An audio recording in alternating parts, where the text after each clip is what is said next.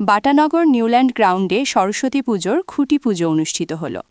মহেশতলা পৌরসভা ৩৪ নম্বর ওয়ার্ডের কাউন্সিলর গোপাল সাহার উদ্যোগে বাটানগর স্কোয়াড ও ক্রিয়েশন ক্লাবের বাণীর অর্চনা ২০২৬ এর সরস্বতী পূজা। ২৬-এর ভাবনা ২৫-এ চমক থাকছে ২৬-এ।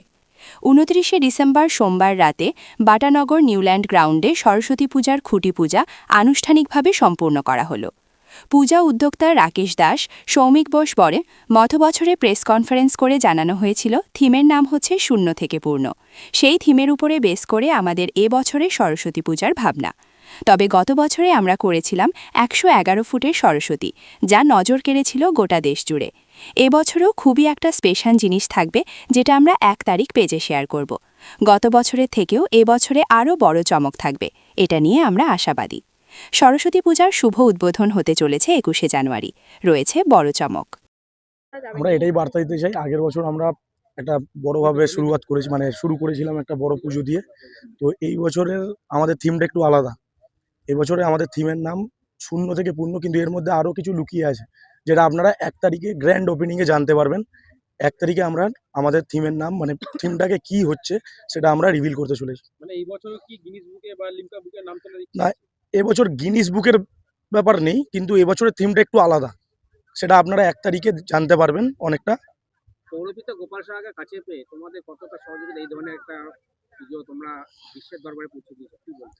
গোপাল সাহা দাদা যদি না থাকতো হয়তো এত বড় পুজো আমরা করতে পারতাম না, জীবনে হয়তো ভাবতেও পারতাম না যে আমরা এত বড়ভাবে আমরা এটাকে করতে পারি।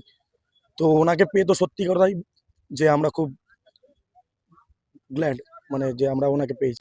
উনি একটা অ্যানাউন্সমেন্ট করেছিল আগের বছর প্রেস কনফারেন্স করে, যে এবছরের থিমের নামটা হচ্ছে শূন্য থেকে পূর্ণ। সেই থিমের উপরেই বেস করে আমাদের এবছরের সরস্বতী পুজোর ভাবনা।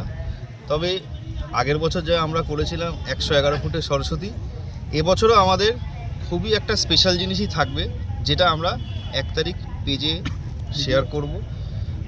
আগের বছরের থেকেও এবছর আরও বেশি চমক থাকবে আমাদের পুজো, সেটা নিয়ে আমরা আশাবাদী। পুজোতে তো আরও বিভিন্ন সোশ্যাল ওয়ার্কের কথাও অ্যানাউন্স করা হয়েছিল। হ্যাঁ, যেমন সোশ্যাল ওয়ার্ক বলতে দাদা বলেছিল কিছু মহিলাকে, এলাকার মহিলাদের যারা হাতের কোনো কাজ করে, হস্তশিল্প কোনো যদি কিছু বিক্রি করতে চায়, তাদেরকে আমরা দোকান করে দেবো মেলার ওখানে। তো সেই মতন আমরা এবছরও আমরা আবেদনপত্র পেজে ছেড়ে দেবো। যারা যারা এলাকার মানুষজন রয়েছে, যারা মহিলারা রয়েছে, তারা যদি কিছু বিক্রি করতে চায়, আমরা স্টল বানিয়ে দেবো। তারা এসে ওই স্টলে তাদের জিনিসপত্র বিক্রি করতে দেবো। অনেক স্টুডেন্টদেরকে বই, হ্যাঁ, ওইটা তো আমাদের থাকবেই। কতগুলো স্টুডেন্টদেরকে এই মুহূর্তে আমরা সেইটা এক্ষুনি বলতে পারছি না, কারণ এটা দেখতে হবে যে মহেশতলা কতগুলো স্কুল রয়েছে, সেই অ্যাকাউন্টিংগুলো করার পরে আমরা ডিসাইড নেবো যে কতজন বাচ্চাকে আমরা ওই ব্যাগ, পেন্সিল বক্স, সেগুলো কি আগে থেকে আপনাদের নাম লেখাতে হবে, রেজিস্টার? হ্যাঁ, অবশ্যই স্কুলে আমাদের ফর্ম যাবে, স্কুলে সেই ফর্ম থেকে স্টুডেন্টরা অ্যাপ্লাই করবে। আমরা সেখান থেকে তাদেরকে পুজোর এক প্রাঙ্গণে ডেকে ওটা আমরা। পুজোর উদ্বোধন কবে হবে? পুজোর উদ্বোধন আমাদের হচ্ছে ২১ তারিখে, ২১শে জানুয়ারি।